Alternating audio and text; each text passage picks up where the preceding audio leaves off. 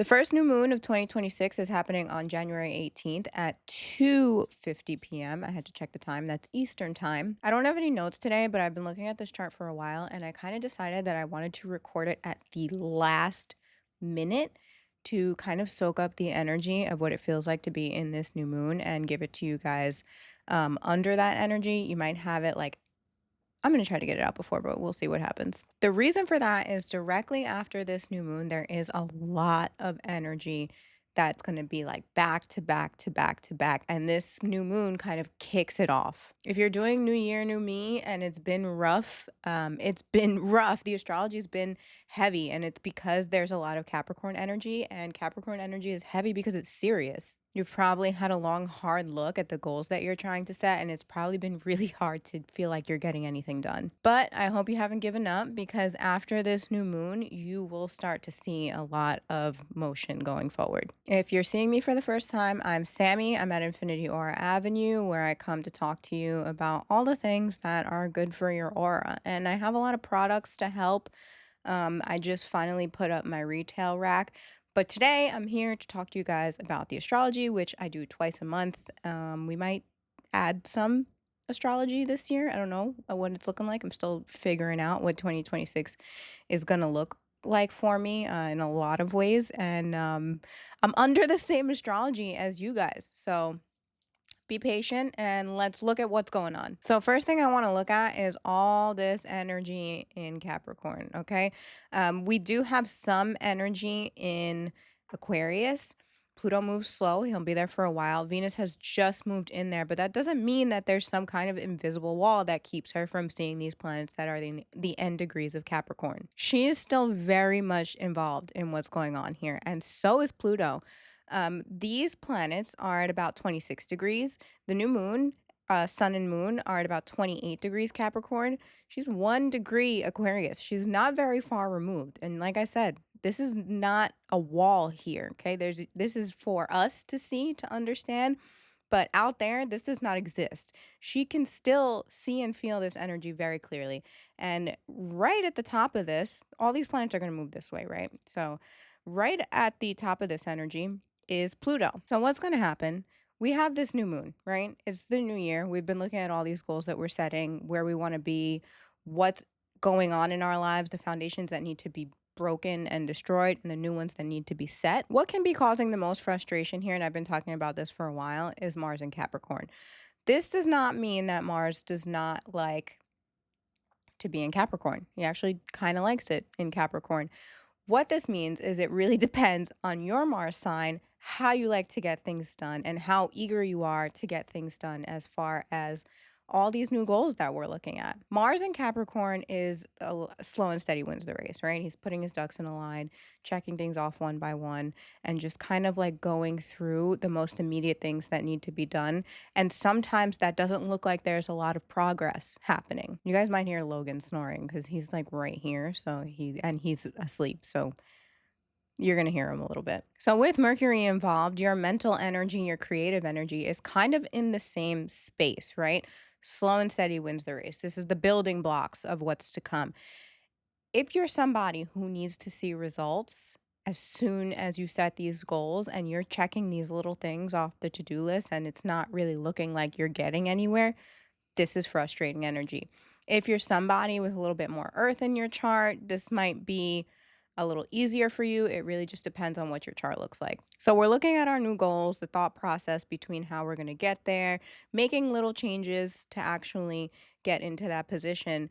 And previously, Venus was in Capricorn too. So this could look like aligning your finances with what you have going on.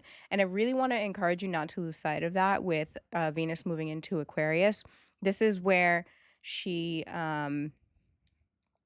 starts to look at things a little bit differently. So she's moved out of that foundational, stable building sign, right? And she's moving into Aquarius, which gives her more opportunities for investment. It gives her a little bit more freedom with her spending. And if that's something that you're working on this year, this is the first time where you will start to see a little bit of hesitation in that energy. So just check yourself before you wreck yourself With that said, with the new moon and Venus being right there in Aquarius, if you are looking at investments that you want to make, if you are looking at changes that you need to make, this is a really good time to look at the energy that you've been looking at for the last couple of weeks while she was in Capricorn and really solidify them with the energy of Aquarius, because those are the changes that you need to make, right? So like you look at what has to be built and what needs foundation, and then Aquarius will bring in the changes. Just make sure that they are the changes that you're looking for. All of this energy is trine Uranus and Taurus. Because of that, you do have to expect the unexpected, but because it is a trine, it does come a little bit easy. Like, I don't want to say it comes easy, because whatever you get out of it might not be easy for you once you receive it, but it is helping you with this energy, what you're manifesting, what you're thinking, how you're trying to move. So it could be shocking good, could be shocking bad, but you have to understand that because it's a trine, it is helping this. Because this moon is in Capricorn, we also want to look at what Saturn's doing. And Saturn is still here in Pisces hanging out with Neptune. And these are the very end degrees of this transit. I've talked to you guys before about this little dance that Saturn and Neptune have been doing. But in the next coming weeks, months, they move into Aries. I am going to do a video like literally directly after this, so you guys might get it in the next day or two, but I am going to do a video of the transits that come up and the dates in the next couple months. So look out for that if you're interested in kind of like looking ahead, and we'll talk a little bit more about that. But back to this moon. So new moon in Capricorn, ruled by Saturn and Neptune in the end degrees of Pisces. This is Saturn really clearing up the fog in Pisces, so that there's a little bit less of that delusional energy, right? But you still need it in order to really get the full grasp of where you want to go. So Neptune is also there bringing that delusional energy back in, right? Like I said, there's this dance that they're doing where Saturn is like, let's clear this up and bring new fog in, new dreams in, new delusion that actually works, because we've done it with Saturn this time. We've done it with boundaries. We've done it with perspective of what the foundation of where we need to go needs to be. Mercury and Mars here is very good for journaling, for planning, for looking at the step by step of what needs to get done. And like I said, taking it slow to actually get it done. Now, I am going to do that video with you guys so that you can see some of the bigger transits. I do want to talk about what happens not directly after this new moon. It'll be a little slow, but back to back to back after this new moon. So I'm going to move these a little bit so that you can see exactly what's going on here. Because like I've told you guys before, these planets move at different speeds, right? And the fastest one is going to be the moon. So what's going to happen? I'm looking at the chart over here also, so I can kind of see like exactly the dates of what's going on. So if you see me looking over here, that's what's going on. By Monday the 19th, the moon is going to move into Aquarius and pass Venus and Pluto. Now, all of these planets move way faster than Pluto. What's going to happen is they are all going to touch this energy.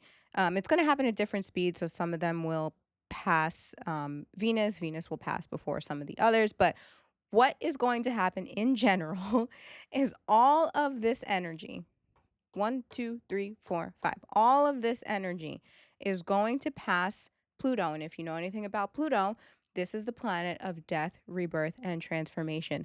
And that is going to literally dissolve these planets and the energy behind them, and they're going to reemerge on the other side of Pluto under brand new energy. So under a dark moon, the emotion behind a lot of this is kind of hidden to us, and it really comes to light when we hit the full moon, and that will be the full moon in Leo. That's the next full moon. Let me check the date. That's on February 1st.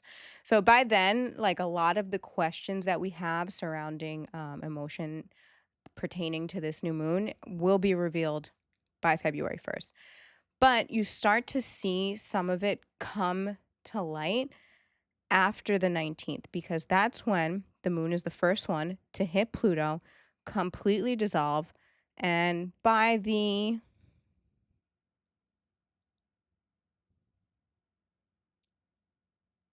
21st, she's in another sign and out of that energy. And that's when she's going to grow, and you'll see the emotion behind a lot of the things start to unfold. Now, we're going to take her off of here because she moves pretty quickly through the planet, through the zodiacs. We'll leave her right in the middle here, right? So I don't want to confuse you guys as far as what the other stuff is going on here. Now, the next planet is Venus. Okay, she's already pretty close to this energy, so there's this transformation already happening here.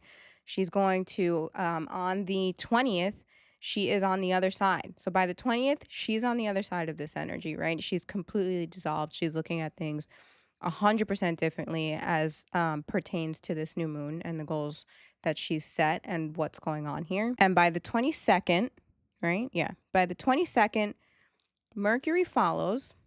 Not only does Mercury follow and end up on the other side of this energy, so the thought process, the creative energy, a lot of it, it's really looking at things differently on the other side of this. The sun is really close. So who you have to be, who you have to become is becoming much, much clearer. By the 23rd, the sun is on the other side of this energy here, right? I just wanted to see what the moon was doing. She's hanging out over here somewhere by this day. I was just curious. But also, Mars has moved into Aquarius by this time, and he's coming up pretty close to this energy, right? So not only is he moving a little bit differently because now he's in Aquarius, so the energy is not really like step by step. He's trying new things. Okay, this is what I had to do. This is the things that I've gotten done. Now let me see what I can do next in a different way and how I can move forward even more. And the energy starts to pick up a little bit. By the 28th of January, all of these planets, they're still pretty close to Pluto, but all of these planets are on the other side of Pluto. So all of them have been through Pluto, dissolved themselves, and become something brand new. By the end of this month, you will be on the other side of this heavy, hard energy, and things will look a little bit clearer, and the emotions will be a little bit, if you're somebody with that Mars in a place where you need to see progress to feel better, this is the moment where you go, okay, I can see what I was doing and how it's helped me, even though when I was in it, I didn't feel that way. And this is why I really like astrology, because even though I'm under the same astrology as you guys, so even though it's been rough, it's dark out there, we're trying to do new things, to meet better goals, and to do just better in general. It's feeling really slow, no matter what your Mars sign is, but some people are struggling a little bit more than others. But the reason I like astrology is because when you look ahead, you can see that there is a light at the end of the tunnel, right? These energies are always changing. There's always, even though right now might not be so great in the way that you want it to be, it does move, okay? The energy does move, and things will change a little bit. You'll start to see more progress. Like I said, I'm going to do immediately after this, I'm going to reset. I'm going to do a video. Actually, what I really want to do, if you guys follow me on TikTok, I've talked a lot about how I don't really like tarot for the general public. Like, I don't like to pull cards and be like, you have a message.